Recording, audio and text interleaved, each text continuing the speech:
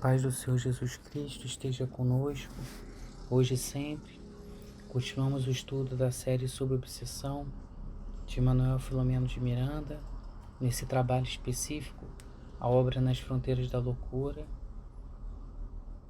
Como sempre, faremos um convite para que possamos, em momento oportuno, em lugar tranquilo, nos recolhermos e podemos juntos fazer a prece ao nosso Pai.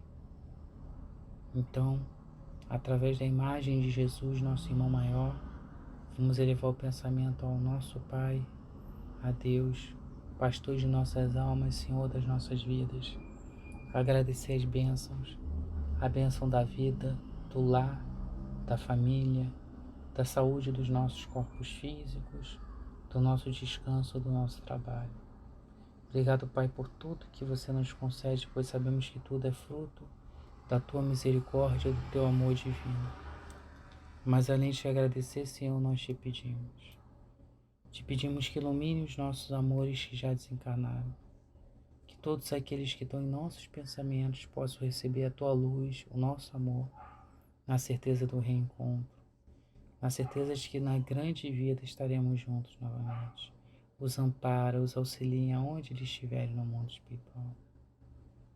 Ilumina, Pai, os nossos amores conosco caminham. Mostrai-lhes a eles a importância da família, dos valores morais acima dos valores materiais.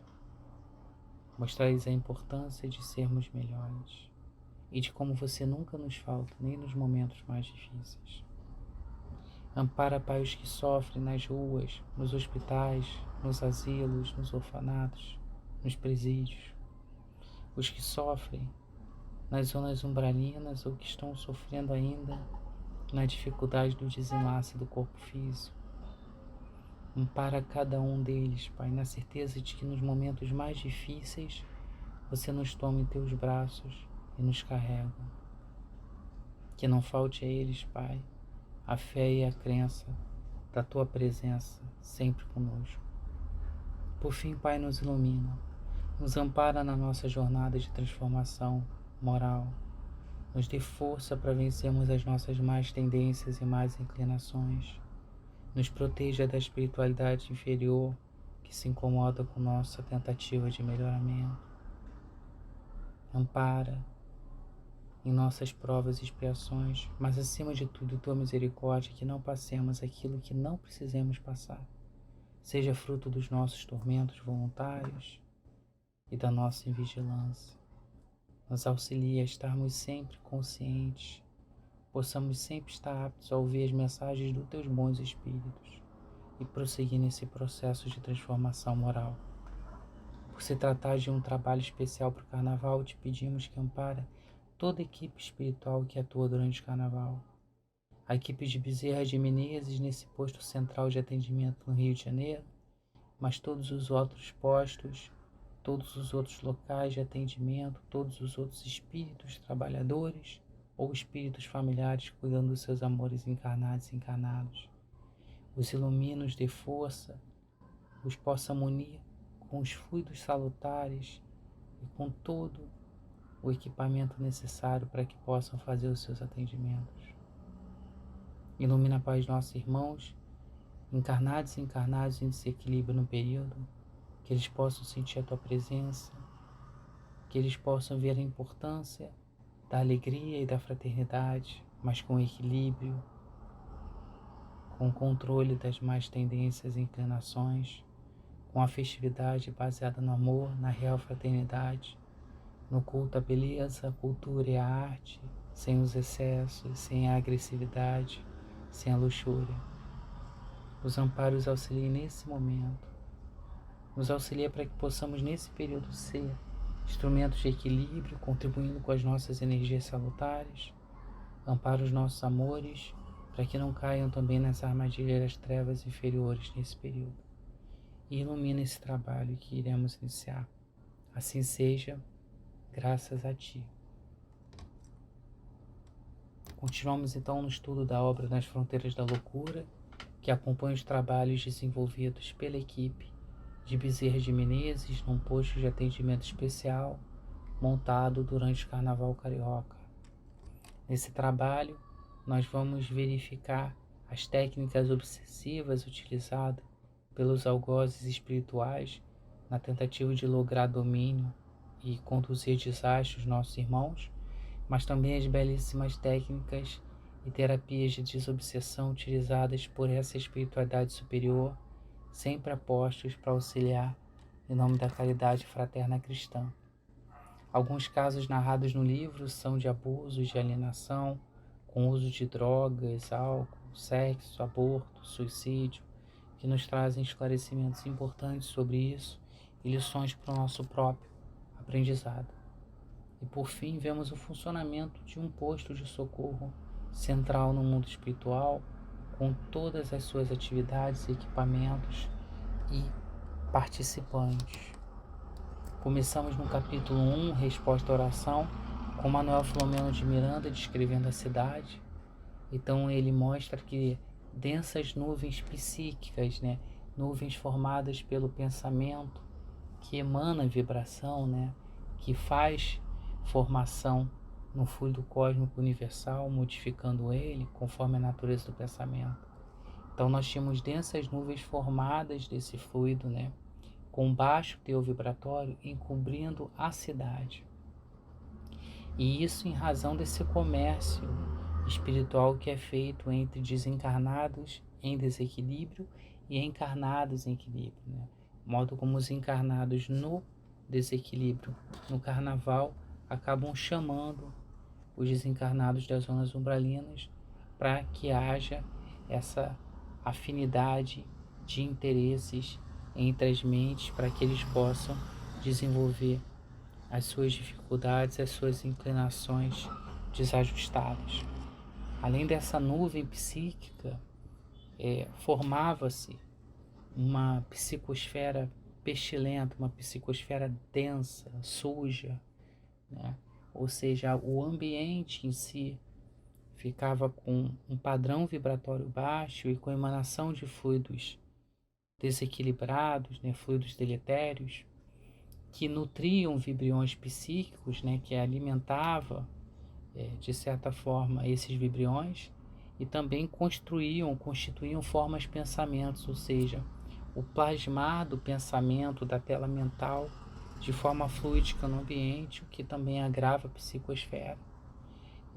E a presença de várias entidades perversas, viciadas, dependentes, vários espíritos ainda em desequilíbrios, e todos eles trazidos por pessoas que, estimuladas pela festa, buscavam extravasar as ansiedades reprimidas ao longo do ano, só que excedendo ao império dos desejos, das más inclinações, dos vícios, o que contribuía para esse ambiente deletério. Junto a isso, Manuel Filomeno de Miranda observa a equipe de trabalhadores espirituais, esses irmãos que, em ato de amor e de caridade, atuavam no serviço de emergência que foi constituído e instalado através de um posto de socorro espiritual temporário próximo à região central do Rio de Janeiro, para minimizar todos os infortúnios, todas as dificuldades que ocorrer através do processo obsessivo durante o carnaval, sob a condução de Bezerra de Menezes. E aí, olhando para esse posto espiritual, Manuel Filomeno de Miranda nos mostra que havia um centro de comunicação que era responsável por registrar todos os apelos, todas as notícias das pessoas que estavam ali pedindo ajuda. Então, todas as preces, todos os pensamentos que eram emanados por pessoas pedindo ajuda eram coletados e registrados pelo centro de comunicação, que fazia a triagem, vendo quais eram os casos que demandavam necessidade imediata e quais eram os casos que poderiam esperar quando esse desequilíbrio maior fosse controlado. Dentro do centro de comunicação tinha um equipamento espiritual, que são os chamados seletores de prece, que eram responsáveis não só por identificar e separar as preces, mas igualmente garantir que houvesse a ligação dessas preces com os núcleos superiores da vida, com as outras colônias espirituais, que permitisse intercambiar então força de auxílio para esses orantes, forças e vibrações fluídicas salutares para eles. Essas aparelhagens específicas, né, também eram constituídas por algumas outras que eram capazes de acolher o pensamento e as forças psíquicas equilibradas que fossem observadas, para transformá-las em verdadeiros dínamos, em verdadeiros agentes energéticos que eram também irradiados para tentar diluir todas aquelas condensações deletérias ali na superfície que nós vimos da região da cidade. E aí, dentro desse centro de comunicação, foi registrado por um desses seletores de prece uma solicitação de urgência que foi direcionada para o Bezerra de Menezes e cujo tom vibratório demonstrava que, de fato, era um caso de emergência que solicitava imediata providência. Então, Bezerra de Menezes e a equipe se dirige até aquela residência. E aí, como na imagem, ao chegar na residência, Bezerra encontra uma senhora Angélica, orando com muito amor, com muita humildade, com muita submissão. E a sua oração era tão sincera que irradiava uma luz opalina ela. E ela pedia ajuda para sua filha, que estava internada em um sanatório com alienação mental, e ela temia pelo suicídio da sua filha. E aí, Bezerra de Menezes, né, percebendo a sinceridade da sua prece, a envergadura do seu espírito pela irradiação que emanava, ele envolve ela em vibração de afeto e fala com ela psiquicamente, através da mente, que a sua oração foi ouvida e que ela podia deitar-se e descansar. E aí ela, que estava de joelhos na cama orando, ela pareceu escutar a voz dele, ouviu, né, na mente, e acabou secando as lágrimas e se levantando para deitar na cama e poder repousar. Enquanto isso, o próprio Bezerra de Menezes detectava mentalmente qual era a situação da filha dela. E ele via que o quadro dela estava se agravando. E como a dona Angélica era portadora de muitos títulos de mérito, né, pelo bem que ela praticou, ela tinha o direito de ter o seu pedido examinado. Ela tinha um merecimento para isso. Então eles foram até a enferma. Então, nesse momento, tanto ele quanto o Manuel Filomeno de Miranda se deslocam da casa da dona Angélica até o sanatório. E quando ele chega no sanatório, ou melhor, antes de chegar no sanatório, o Manuel Filomeno de Miranda observava ainda, né, as condensações que paravam no ar, né, aquelas nuvens psíquicas, né, estavam cada vez mais condensadas, tinha uma densidade escura, pastosa, ou seja, com certo grau de materialidade no mundo espiritual.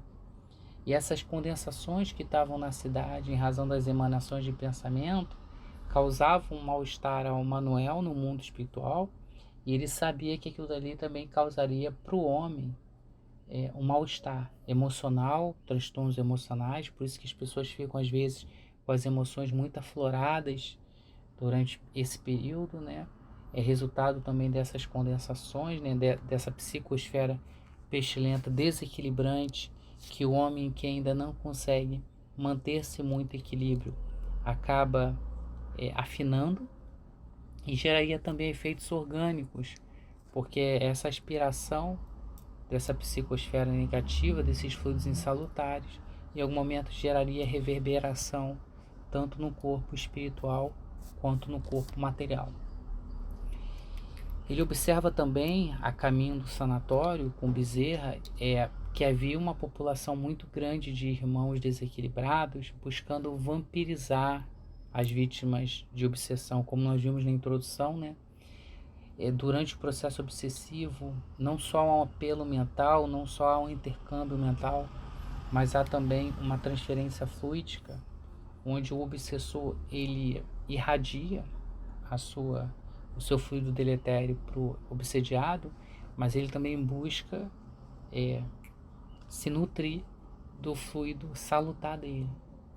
Então, a população invisível ali de espíritos desequilibrados estavam buscando vampirizar as vítimas obsediadas que estavam ali na região. e estavam tentando estimular elas cada vez mais ao uso de álcool, drogas, a uma sensibilização que pudesse abrir os canais de comunicação e gerar uma influenciação maior neles, né? Eles chegam ao manicômio. Quando eles chegam ao manicômio também, o Manuel Filomeno de Miranda, ele vai narrar a realidade espiritual do ambiente. Então ele vê várias entidades benfeitoras, vários trabalhadores que são trabalhadores especializados no socorro mental aos alienados, que estavam ali hoje cuidando tanto dos desencarnados quanto dos encarnados naquele manicômio, que estavam sofrendo de alienação mental. E ele via vários desencarnados, né, também, e encarnados que eram vítimas e algozes de dramas de outras encarnações, né? Dramas do passado que faziam com que, pela falta de reajuste, eles ainda tivessem ligados, ainda tivessem naquele ambiente, vivenciando as relações que precisavam vivenciar perante a lei da vida para alcançar a renovação dos seus dramas pessoais. Quando eles chegam no manicômio, eles são conduzidos por um enfermeiro espiritual até o dirigente, até o responsável pelo serviço espiritual, que era um homem que se dedicava ao estudo da psiquiatria, se dedicava ao atendimento dos alienados encarnados e desencarnados, auxiliando eles nesses resgates perante a vida. E esse diretor conduz eles até a Julinda, né? A referida filha que precisava de atendimento. A Julinda estava adormecida sob uma alta dose de antidepressivo, né? O corpo físico dela e o espírito dela também estava em inação por isso, né? A psicosfera do ambiente, Manuel Filomeno de Miranda retrata, era irrespirável, mas não pelos espíritos só vinculados a ela. Haviam muitos espíritos perturbados, muitos espíritos responsáveis, emanando energia deletéria e tornava uma psicosfera ruim, que inclusive agravava a situação dela e dos pacientes. O diretor espiritual explicou que a Julinda, embora tenha sido encarnada com a mãe dela, aquela abnegada genitora que buscou amparar ela durante a vida, ela foi invigilante nessa encarnação, e isso fez com que ela assumisse compromissos negativos com o obsessor dela. Então, do ponto de vista físico, para quem olhasse ali na medicina, ela internada naquele hospital, ela tinha um quadro de psicose maníaco-depressiva, né? Ela, de fato, estava ali com uma doença física, em que estavam sendo aplicados todos os recursos disponíveis na época para aquele tipo de terapia psiquiátrica, né? Até inclusive as discutíveis duchas, né? Mas como a origem do quadro dela não era físico, era espiritual, o quadro dela não melhorava, não tinha um avanço porque não estava sendo aplicada uma psicoterapia espiritual nela. Então, claro, haviam fatores físicos, orgânicos para a condução do seu estado, mas eles não eram o efeito em si, eles eram a consequência de questões morais que foram praticadas em outras encarnações e que nessa encarnação produzia aquele tipo de efeito. Como nós vimos na introdução, a mente é esse grande dínamo, onde ele não só exterioriza a nossa realidade mental atual, mas ele também exterioriza as nossas construções espirituais decorrentes. E aí, como esse grande dínamo, que ele é responsável por registrar essa fotografia, como já falado, das nossas escolhas pretéritas com as consequências atuais, era necessário então identificar o quadro da paciente para poder saber o porquê ela estava naquela situação. Então eles vão atrás da mente, que é onde efetivamente fica registrado, obviamente, tudo que o espírito já praticou. Claro que o corpo espiritual, como uma projeção da mente, e uma projeção orgânica da mente, né? Ele vai ter todos os órgãos ali, ele vai ter no corpo espiritual a projeção no cérebro, né? E esse cérebro vai exteriorizar, obviamente, o arquivo mental. Então, por isso que dizem que o perispírito é onde fica o arquivo mental do espírito. Na verdade, o arquivo mental do espírito está na mente.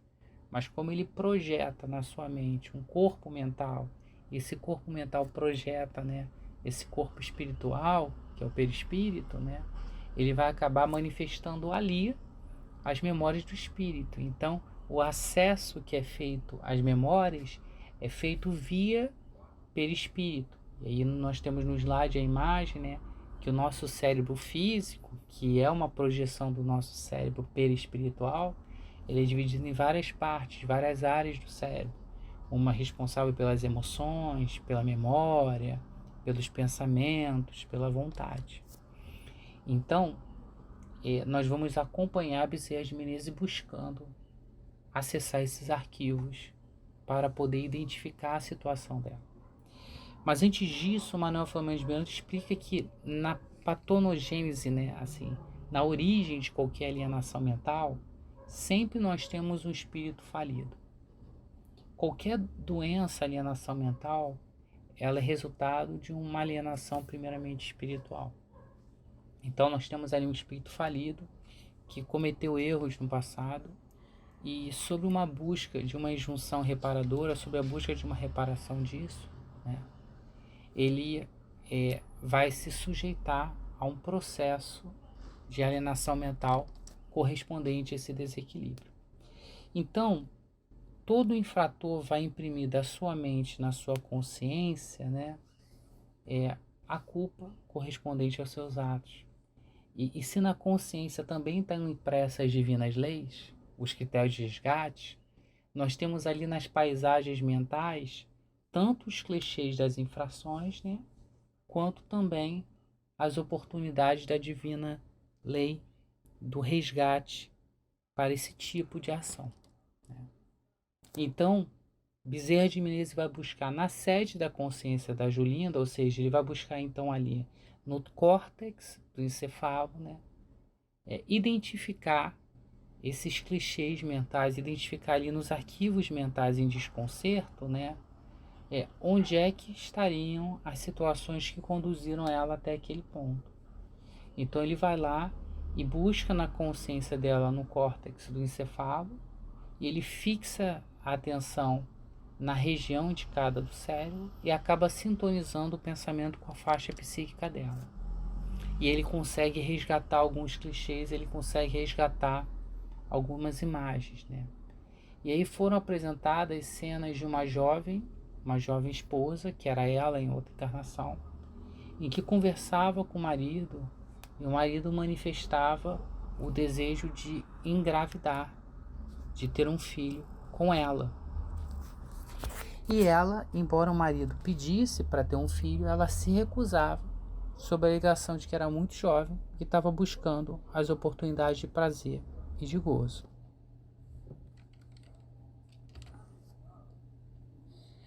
E aí, em outro clichê mental, eles encontram Julinda, né, num sonho que ela teve quando estava encarnada nessa respectiva reencarnação, onde ela e seu esposo encontram no plano espiritual o Ricardo. Então eles acessam o sonho dela na outra encarnação. E nesse sonho está ela e o marido dormindo, e eles encontram o Ricardo, né, no plano espiritual, que é esse que gostaria de encarnar.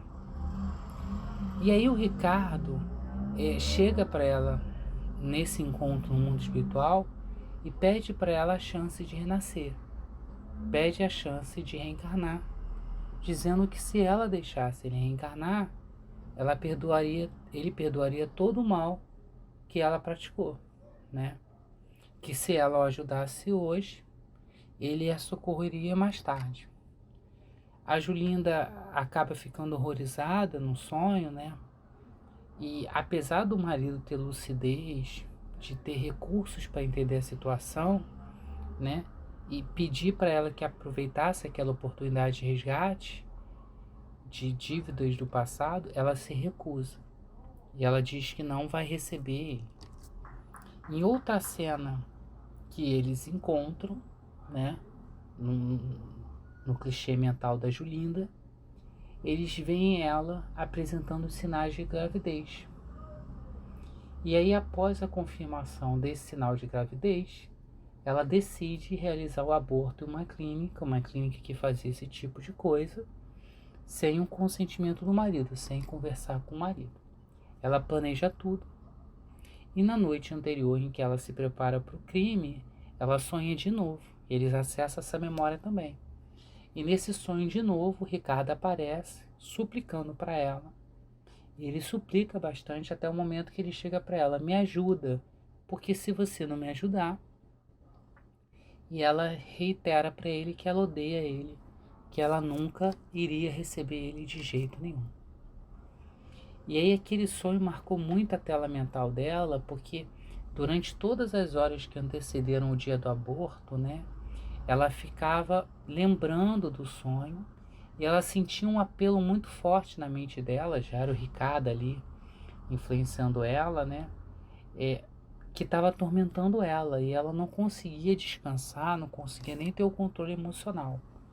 Foi tamanha forte essa sensação de desequilíbrio que ela vivenciou, que por pouco, nos minutos antes do aborto, ela não desistiu, porque um desespero muito forte se apoderou dela, que era o desespero do Ricardo.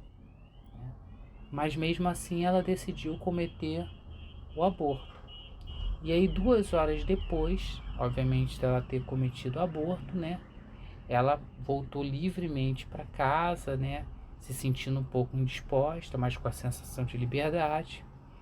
E o marido nunca soube, ninguém nunca soube, exceto, obviamente, as pessoas que participaram ali do aborto e ela e o seu obsessor. Porque naquele momento eles estavam entrelaçando um destino que foi construído pela escolha dela, que era o destino de ainda sombra e loucura que estava se formando para ela. Por que isso? Porque no capítulo 4, né, a programação reencarnacionista, nós vamos descobrir que o espírito do Ricardo, conforme foi expulso violentamente do corpo, né, ele não se desligou da matriz uterina. Né? Desencarnes violentos, e vamos ver isso em outro capítulo na obra, produzem o rompimento do laço que liga o corpo ao espírito, mas não produz necessariamente um desligamento por completo, célula a célula, do corpo espiritual ao corpo material. Então ocasiona a morte, mas não ocasiona o desligamento. São duas coisas diferentes. E aí, ainda não desligado da matriz uterina, ele começa com a mente dele ainda em desequilíbrio, em ódio pela situação que aconteceu, né, a influenciar a mente dela, né, e a influenciar o organismo dela, já que ele estava vinculado a ela. E como ela tinha na tela mental dela a matriz da culpa, né, como nós vimos, se a mente é essa fotografia que retrata eu hoje, mas também retrata as minhas escolhas anteriores, como na mente eu tenho, né, na tela mental, essa culpa ali mal resolvida, ela acaba criando uma afinidade com ele pela situação formada, né? E aí ele começa por essa incidência telepática, essa ligação que os dois têm em razão do aborto, e se assenhorando lentamente da tela mental dela, indo lentamente ocupando e fixando as suas ideias na mente dela. E aí ele consegue, depois de meses, começar a desarticular o equilíbrio e a razão dela. E aí o Manuel Flamengo chama a atenção que essa sintonia, como eu falei, decorre dessa consciência culpada. Porque embora ela pudesse tentar justificar no crime hediondo que ela cometeu, que ela fez porque ela tinha liberdade, porque ela não queria, porque ela não era obrigada, ela sabia que tinha cometido algo de errado, porque ela tinha feito um aborto que não tinha um fundamento, né? E aí isso vai permitindo o intercâmbio mental, né? Essa culpa que vai se instalando nela. E aí o intercâmbio mental fica forte, e quando ela desdobra para o sono, ele começa a defrontar ela com cenas apavorantes, a cena do aborto, né? Ele começa a mostrar para ela o corpo do bebê sendo destruído, umas cenas que eram muito fortes, que mexiam mais ainda com o desequilíbrio mental dela e impediam ela de descansar. Claro que se ela tivesse adotado um comportamento diferente, se ela tivesse mudado, como diz Manuel Flamengo de Miranda, se ela tivesse se colocado num serviço de amor ao próximo e a si mesmo, ela encontraria um caminho para evitar esse processo obsessivo e conseguiria uma interferência da providência divina, porque ela estaria mostrando sincero arrependimento, estaria mostrando uma mudança no comportamento dela. Só que como ela não faz isso, a relação obsessiva permanece e ele fica cada vez mais aumentando esse intercâmbio mental e buscando conduzi-la ao suicídio. Do ponto de vista físico, se forma um processo psiquiátrico, né, que decorre de problemas posteriores ao parto, que a medicina chama de psicose puerperal, que é manifestado por um desequilíbrio dos hormônios, que gera um desarranjo na estabilidade psíquica. Só que como o espírito é sempre responsável pelo corpo, e as suas funções físicas e psíquicas, elas decorrem das realizações pretéritas, do uso nobre ou vulgar que nós praticamos, né? Na realidade, a psicose puerperal dela é resultado desse processo que foi construído a partir do aborto. E é por isso que o Manuel Flamengo de Miranda acompanha e vai mostrando para nós esse desdobramento espiritual para justificar a situação material de Julinda.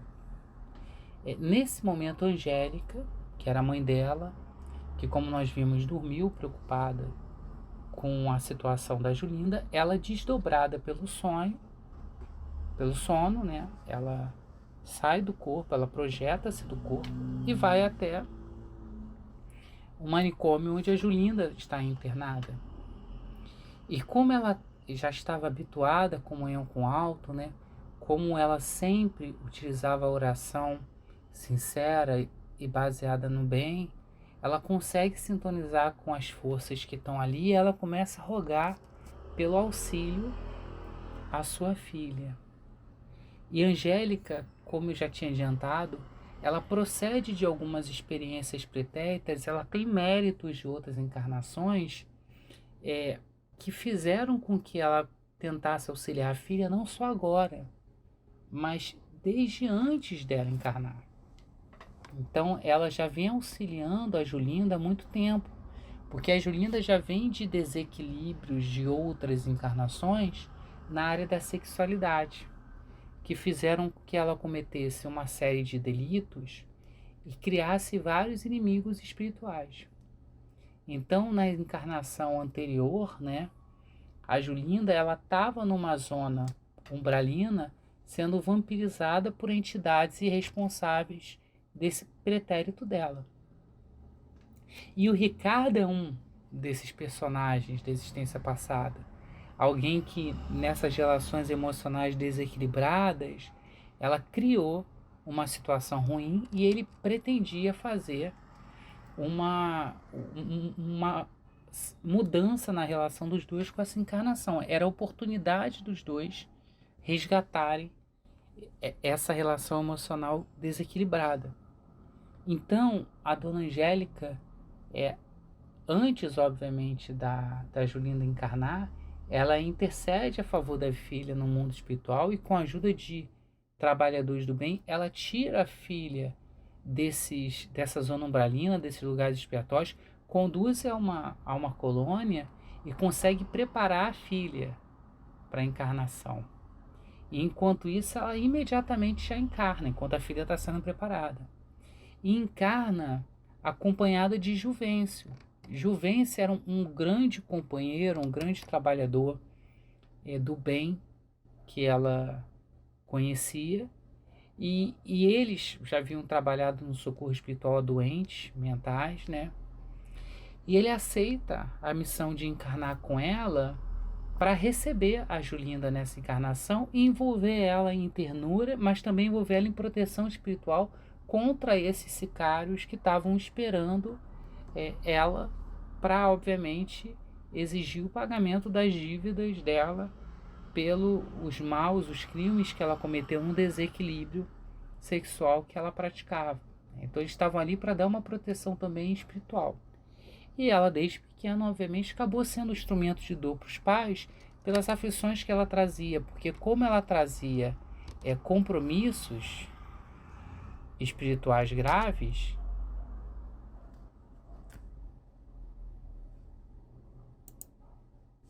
na primeira infância mesmo, ela passou a sofrer insônias, pesadelos, distúrbios de comportamentos, do processo ainda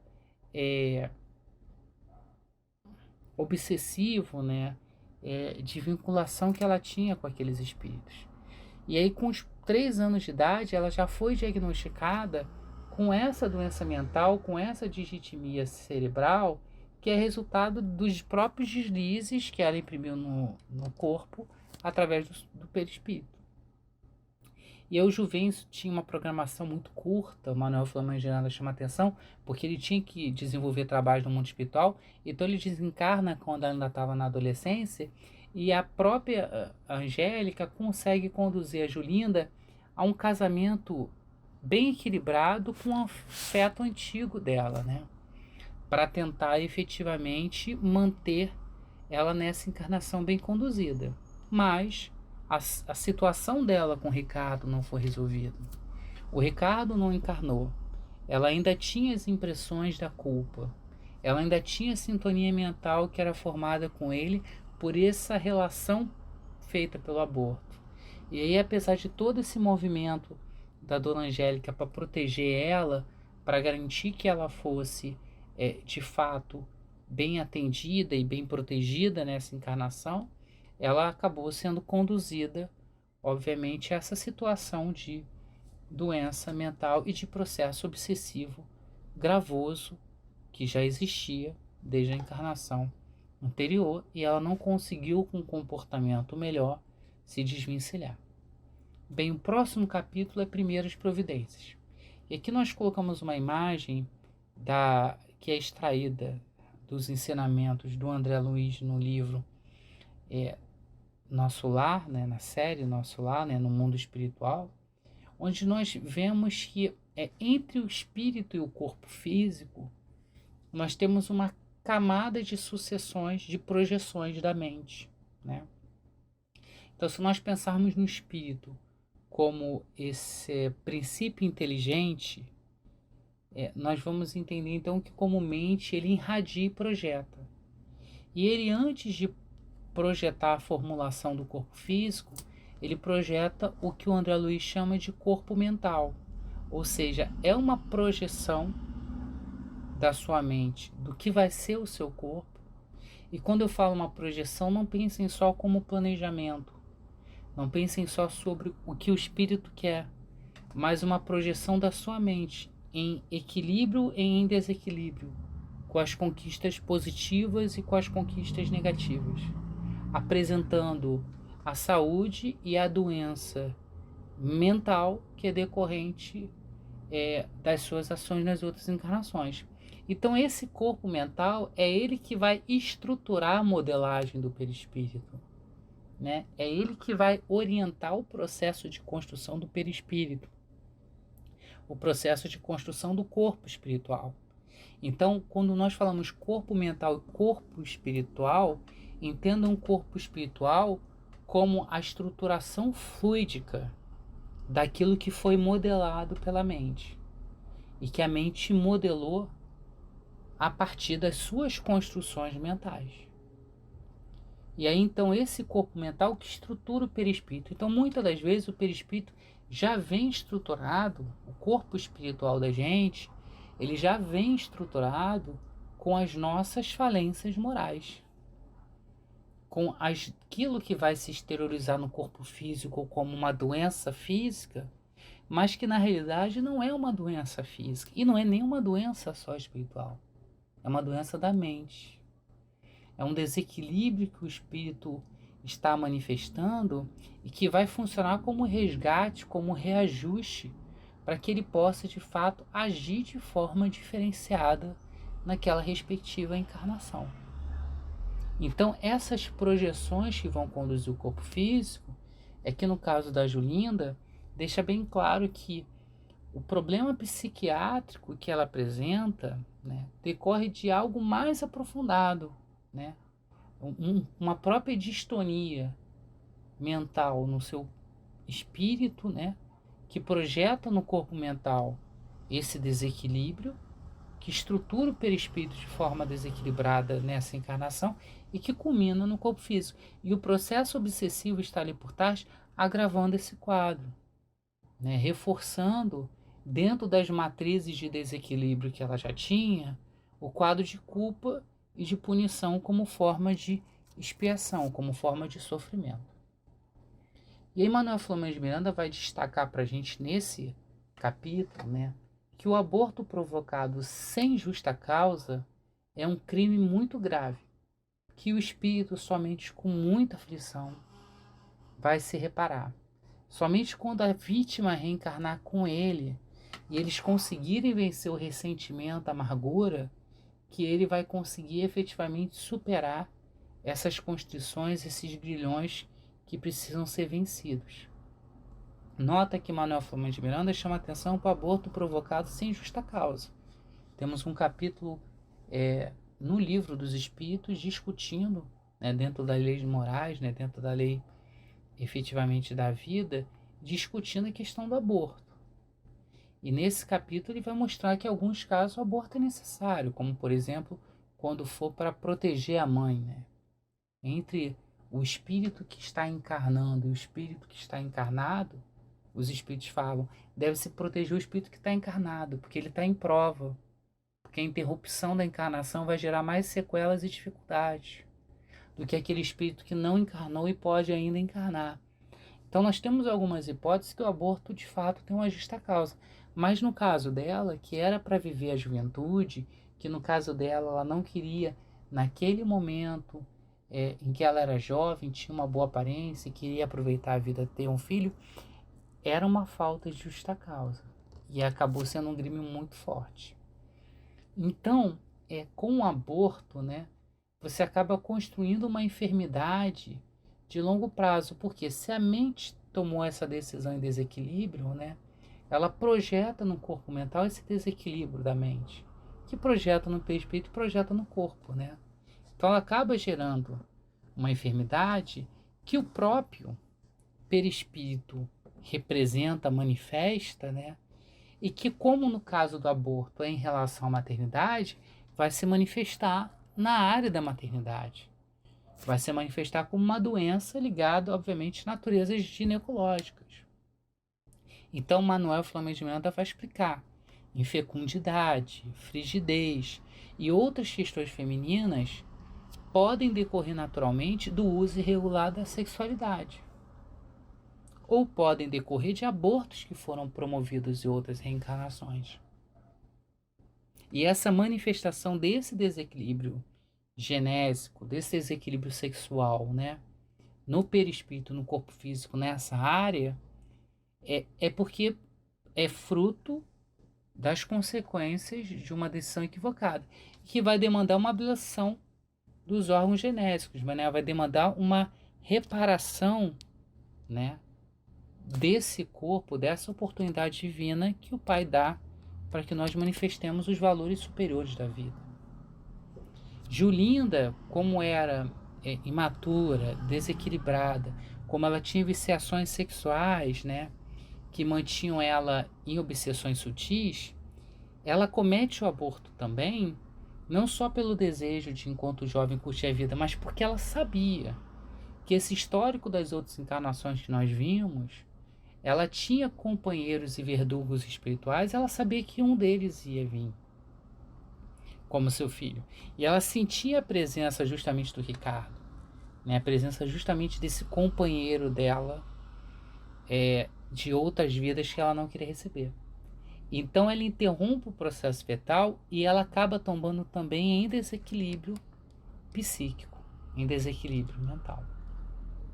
E aí ela está realmente no hospital psiquiátrico, onde o que nós temos são mentes encarnadas e desencarnadas com esse tipo de distonia mental, buscando ali, através da expiação, reencontrar um caminho, obviamente, de solução e de resgate perante a vida. Bem, no capítulo 5, então, Primeiras Providências, né, o que o Manuel Flamangella destaca é que as altas doses de sonífero que foi aplicada ao corpo dela, como eu falei no início do outro capítulo, fazer com que não só o corpo físico estivesse ali dormindo, mas igualmente que ela estivesse num estado de entorpecimento espiritual, ou seja, o espírito dela também estava inativo.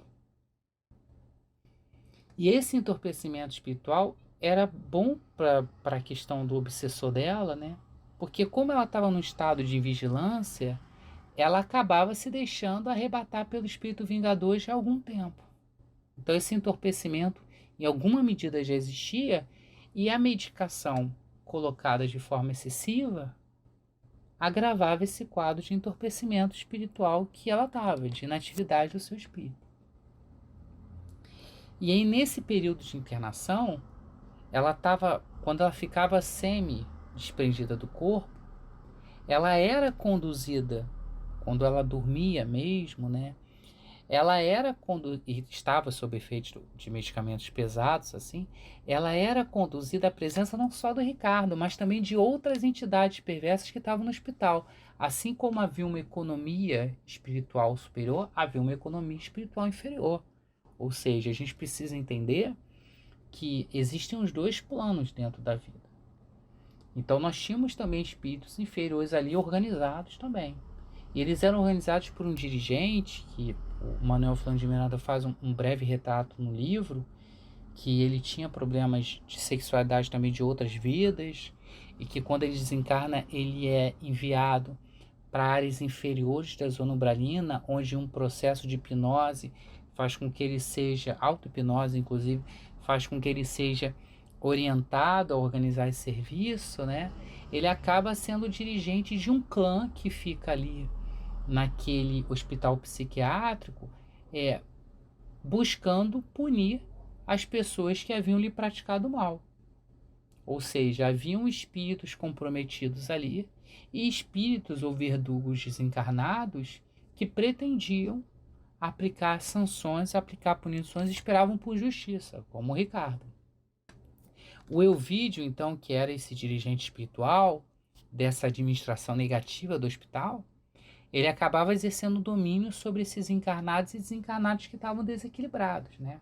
Como estavam em processo de distonia mental, como estavam aberto o campo para o processo obsessivo, eles acabavam se sujeitando a esse verdugo, se sujeitando ao controle dele. E ele acabava aplicando a ideia de justiça em um regime de crueldade.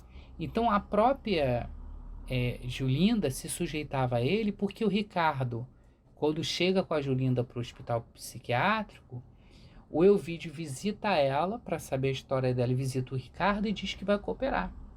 Então, vários momentos que ela foi desprendida do corpo, ele levava ela como se fosse para um tribunal de julgamento. Isso é muito mais desenvolvido, não nesse livro, mas nos Bastidores da Obsessão, que é uma obra que a gente também vai fazer um estudo depois. Ele era levado, então, para esse tribunal da espiritualidade inferior, onde lá ela sofria as ameaças, os constrangimentos, né? Todos aqueles tipos de desconstrução que é feita nesse tipo de ação das trevas, né? E que só agravavam o estado dela de alienação mental. Então, na busca por essas primeiras providências, o que o Bezerra de Menezes faz é aplicar recursos magnéticos, né? Aplicar esse passe com a emanação de fluidos espirituais de natureza salutar, e ele até encontra uma certa dificuldade, porque ela estava com uma carapaça de sombras, ela estava com uma quantidade de fluidos etéreos muito forte, né?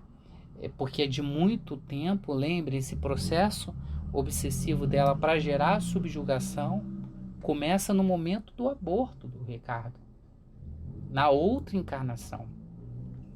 E olha que ela foi conduzida a um hospital, olha que ela reencarna nessa nova oportunidade, mas o processo obsessivo está lá. Não houve um reajuste dela perante a lei da vida. Então, para ele vencer as sombras que foram constituídas ali, ele aplica recursos magnéticos com certo esforço, né? E ele consegue dispersar aqueles fluidos deletérios, aqueles fluidos tóxicos que estavam asfixiando ela e consegue restaurar um pouco da energia dela.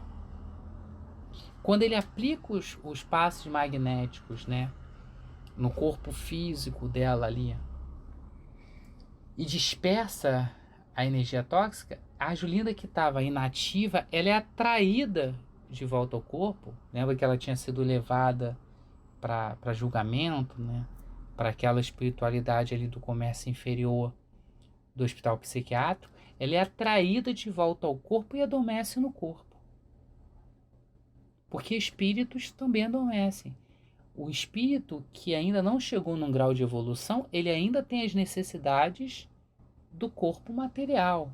Ou melhor, ele tem as necessidades da materialidade que ele ainda carrega. Então, ela precisava descansar. Então, ela volta para o corpo físico e adormece ali no casulo carnal.